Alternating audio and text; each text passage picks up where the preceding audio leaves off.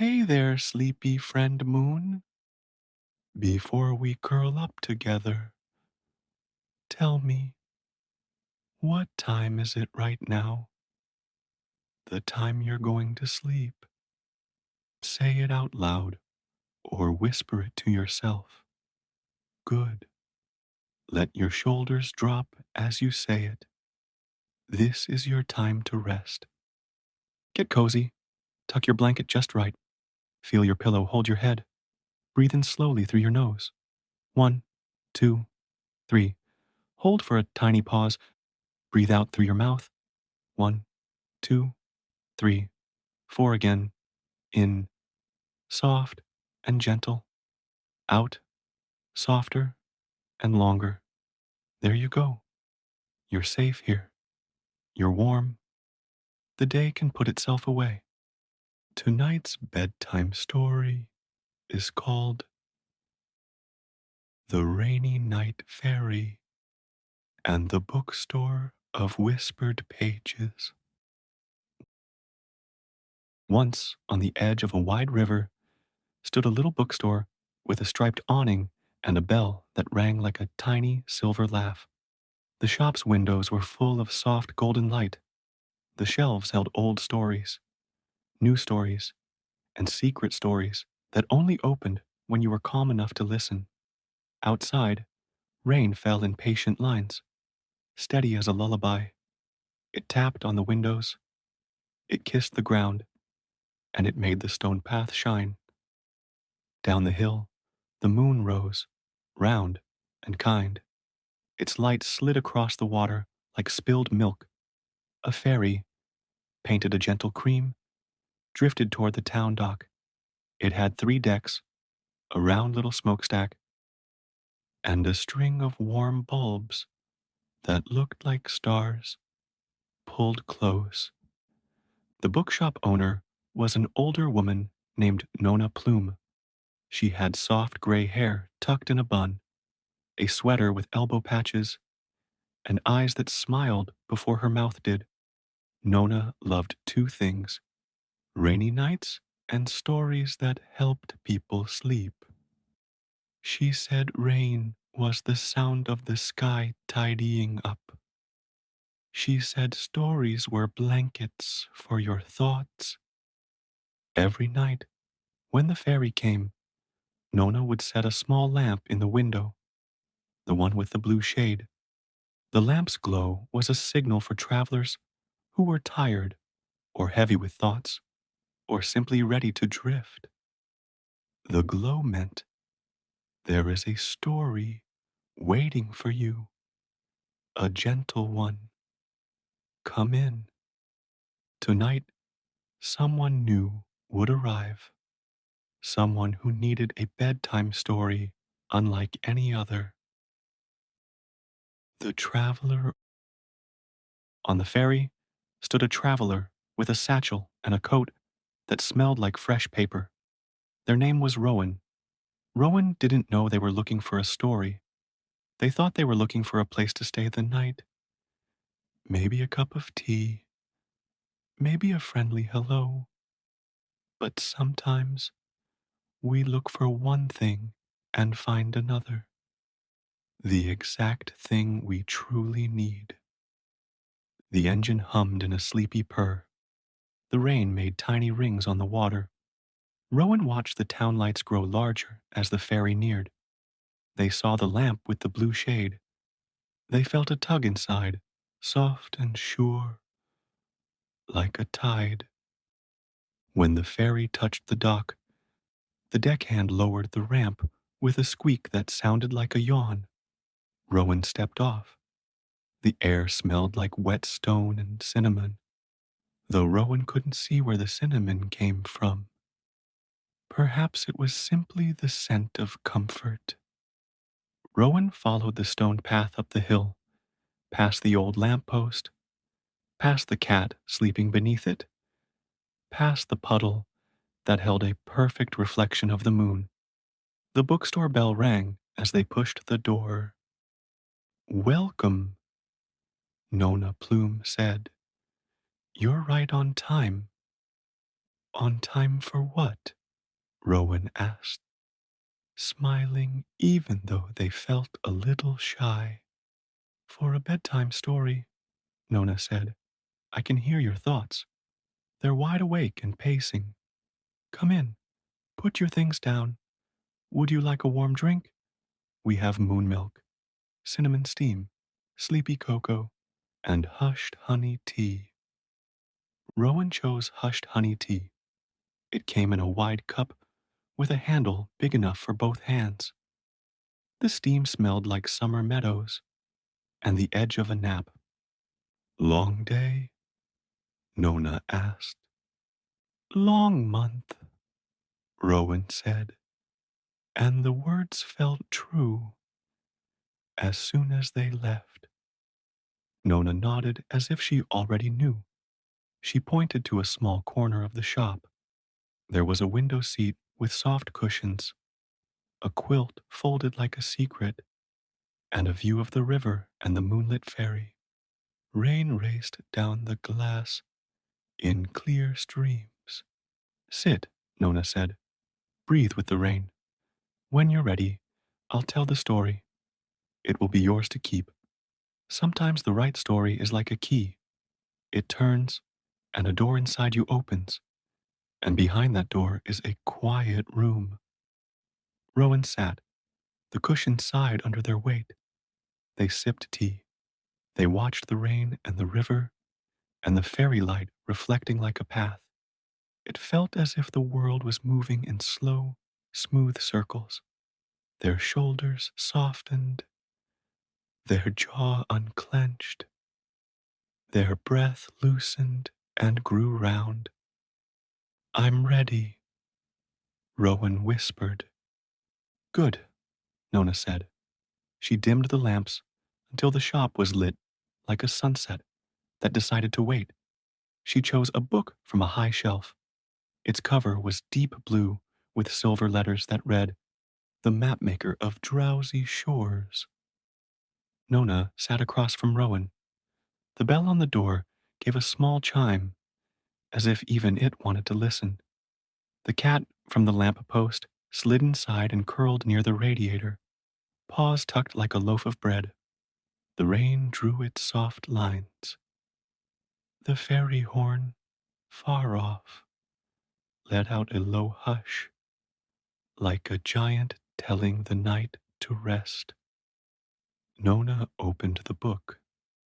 The pages smelled like rain on chalk and warm wood, and then she began. The Mapmaker of Drowsy Shores. In a town that only woke at dusk, there lived a mapmaker named Finn. Finn made maps for places most people didn't know existed. The yawning marsh, where every breeze carried a lullaby. The pillow dunes, where soft white sand held the shape of your dreams.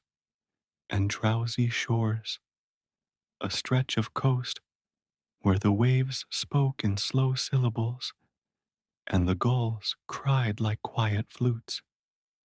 Finn had a problem, though. Every time he drew a map of a sleepy place, he got so relaxed that he fell asleep at his desk.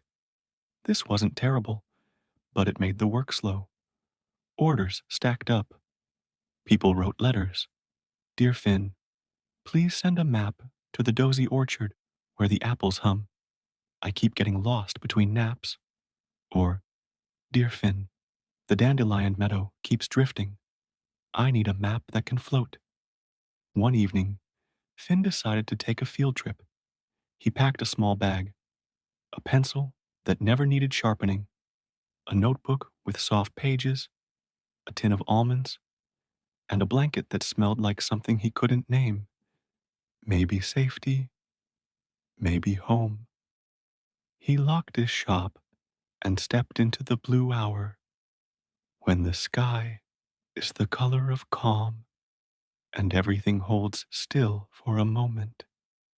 Finn walked to the edge of town where the river widened and the ferry waited. The ferry's captain was an old friend, a quiet man named Mender. He wore a cap pulled low and had a voice like a warm coat. Evening, Finn, Mender said. Heading to drowsy shores? Yes, Finn said. I need to learn the true shape of rest. Then you've come on the right night, Mender said. The moon is full, and the rain is kind. As the ferry glided across the water, Finn leaned on the rail. Raindrops landed on his sleeve and made tiny stars.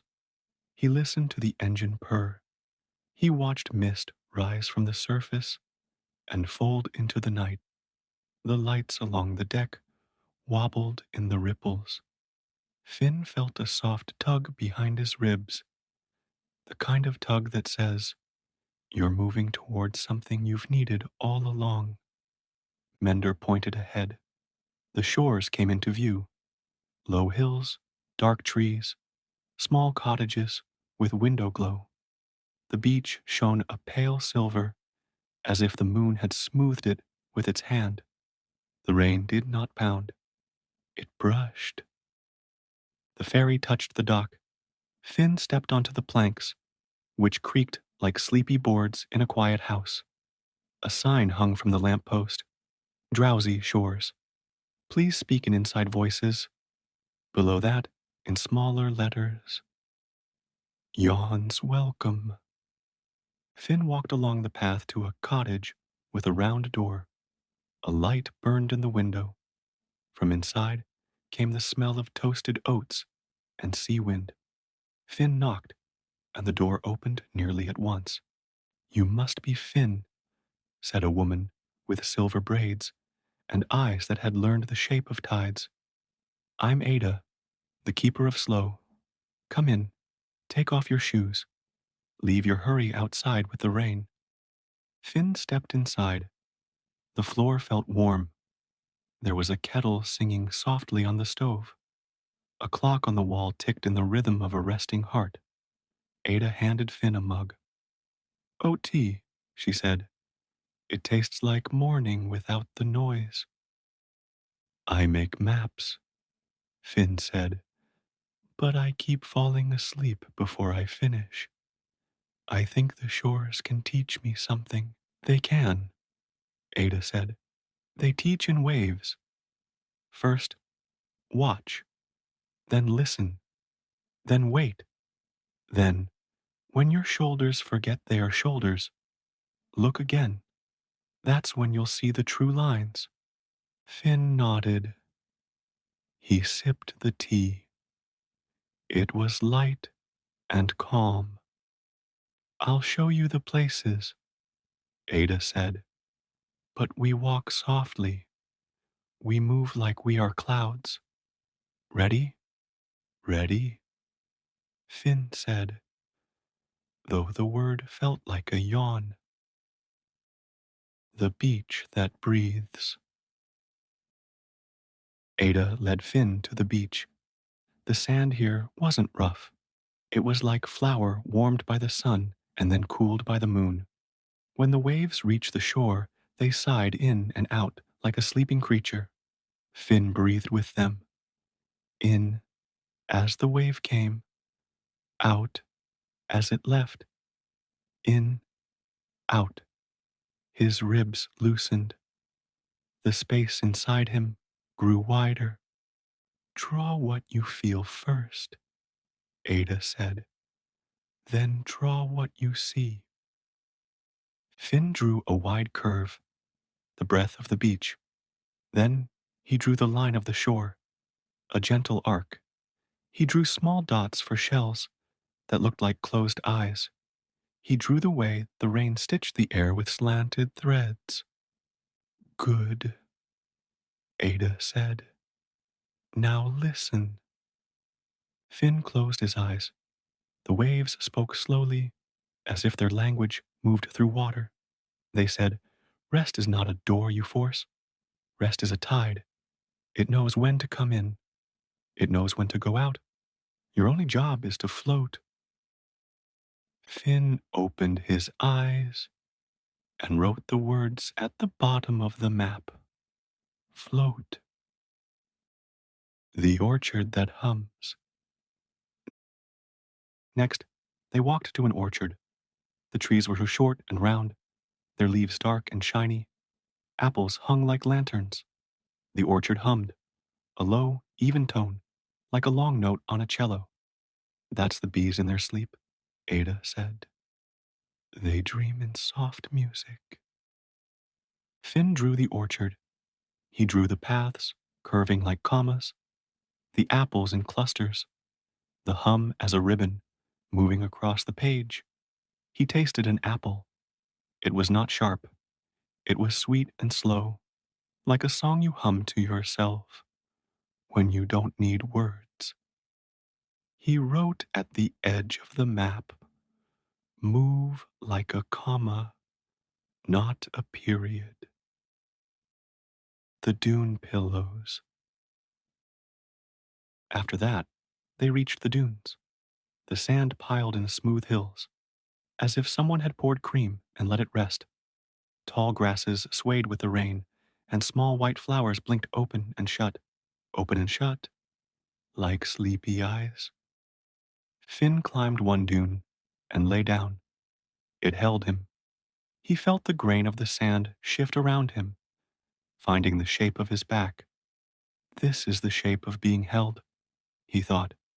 He drew a map of the dunes in soft curves, leaving blank spaces where the wind might rewrite the lines.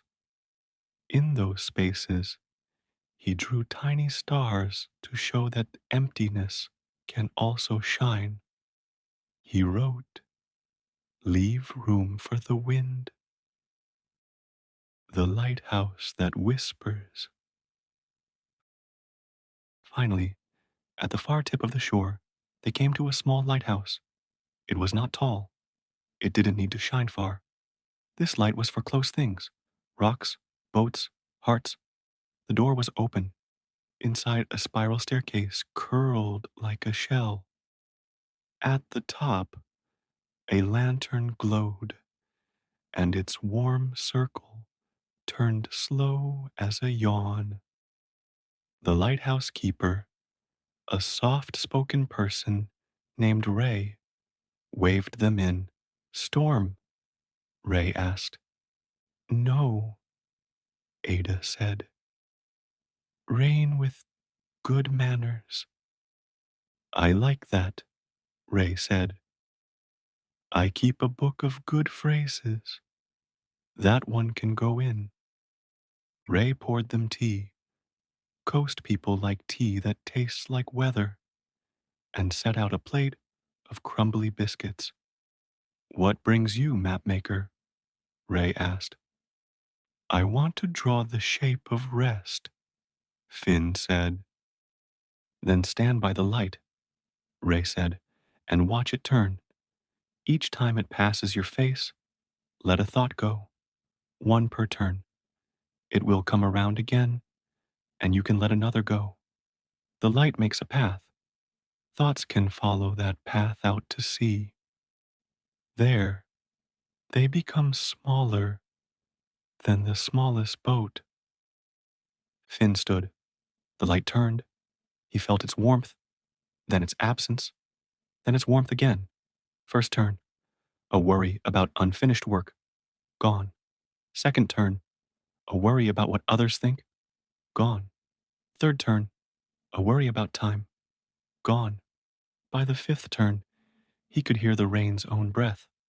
By the seventh, the lighthouse seemed to hum, in tune with his chest. He drew a circle on his map to mark the light's path and wrote, one turn at a time. When they left the lighthouse, the world felt even softer. The rain had settled into a quiet pattern. The moon drifted higher, then tucked itself behind a friendly cloud. You've learned what you needed, Ada said. You can map the shores now. But remember, maps are only guides. The real place is in your breath. Thank you, Finn said. He meant it with his whole rested heart. They walked back to the dock, and the ferry waited like a patient dog, wagging a tail made of lantern light. Mender tipped his cap. Back so soon? I found the lines I needed, Finn said. Good. Mender said. Hold on to them gently. The tight fist cannot carry water. Finn smiled. He knew he would write that on the map too. The ferry glided home. Finn leaned on the rail again, and this time his thoughts did not pace. They sat like quiet friends, hands around warm cups, listening to the engine purr and the rain whisper the same soft story to the river and the sky. Back in the bookstore. Nona closed the book. The room was very quiet. Even the cat seemed to purr softer, as if not to break the soft shape of the air. Rowan blinked slowly, like someone waking from a good dream, or someone about to float into one. That, Nona said, is the end. It doesn't feel like an end, Rowan murmured. It feels like a door that stays open. Ah, Nona said. Then it worked. Rowan took a slow breath. They felt different, but only a little. Not sharp, not sudden. More like when a knot unties itself because you've stopped tugging. What happens next? Rowan asked. Next, Nona said, you'll take the last ferry to the little inn on Willow Street. You'll fall asleep to the rain, and when your mind wants to pace, you'll remember the Mapmaker's lessons. Rowan nodded. Float, they said. Move like a comma. Leave room for the wind. One turn at a time. A tight fist cannot carry water. Exactly, Nona said. You may forget one or two, and that's fine. The river remembers for you. Rowan stood and stretched. It felt like the stretch at the end of a day that has been fair and kind. They placed a few coins on the counter, and Nona slid them back. Stories pay themselves, she said. But take this. She slipped a small card into Rowan's hand. In silver letters it said, Bedtime Map, Personal Edition. 1. Breathe with the rain. In, out. 2. Imagine the beach that breathes. Third drop, one thought each turn of the light. 4. Leave room for the wind. 5. Float. Keep it near your pillow, Nona said. If you wake in the night, read it slowly. By the time you reach float, you might already be drifting. Thank you, Rowan said. The words were simple. They were enough. The bell chimed as they left. The rain greeted them with cool kisses. The lamp-post hummed. The cat blinked and let them scratch its head. The ferry waited below, lights warm as honey, engine low and calm. The ferry ride home, the part where you, listener, drift. As Rowan boarded the ferry, this story turns to you. Yes, you, with your pillow and your cozy blanket, and the soft weight of night on your eyes. The ferry has room for you too. Listen, the engine purrs, steady and low. The deck lights sway, left, right, left, right, like a cradle rocking across water. Find your breath again, in through your nose. 1, 2, 3. Out through your mouth. 1, 2, 3, 4. Each breath is a wave. Each wave knows where to go. There is nothing to push. There is nothing to fix. You step onto the deck beside Rowan. The wood is smooth. The rain taps a rhythm, a soft drum on the roof. The river smells like clean night. The town lights behind grow small. The inn lights ahead grow gentle and closer. You can see a window with a yellow glow. That window is ready for you. Mender, the captain, nods. Good evening, he says. The water is calm and the moon is kind. His voice is a blanket. You tuck it around your shoulders. Lean on the rail. Look at the water. It moves, and yet it rests. When the light from the deck lands on the surface, it breaks into tiny coins, and then those coins gather again, whole. Your day's thoughts can do the same. They can break into small, harmless pieces. Then they can gather at the shore of morning, where you'll pick up only what you need. Rowan stands one step away, smiling into the rain. You don't need to speak. Sometimes the best talk is shared quiet. The ferry horn lets out a low, far sound that feels like a giant yawn. Let your jaw loosen, let your neck soften, let your cheeks fall smooth. The horn's long note moves through your chest. It asks your heart to slow. Your heart is willing. It knows how. The ferry passes a tiny island. On it stands the small lighthouse you heard about. Its light turns. With each turn, let go of one small thought. First turn, the most recent worry. Thank it and let it float away. Second turn, something unfinished that can rest until tomorrow. It drifts like a leaf. Third turn, a memory that keeps knocking. You tell it, you can sleep here. I'll see you in the morning. Fourth turn, a list of things to do. You fold the list into a paper boat and set it on the water. The light turns again, and the boat slides away, easy and sure. If a thought returns, that's fine. You are gentle. You let it climb aboard the next paper boat. Mender slows the ferry. The wake curls behind you like a soft tail. Rain makes tiny crowns on each ripple. The sound of the engine blends with the rain. The world becomes one big hush. It reminds you of being small and being carried. It reminds you that you are still allowed to be carried sometimes. Tonight is a carrying night. You pass the beach that breathes. Even from the deck, you can hear the long sigh of waves. Listen and match them. In, out, in, out.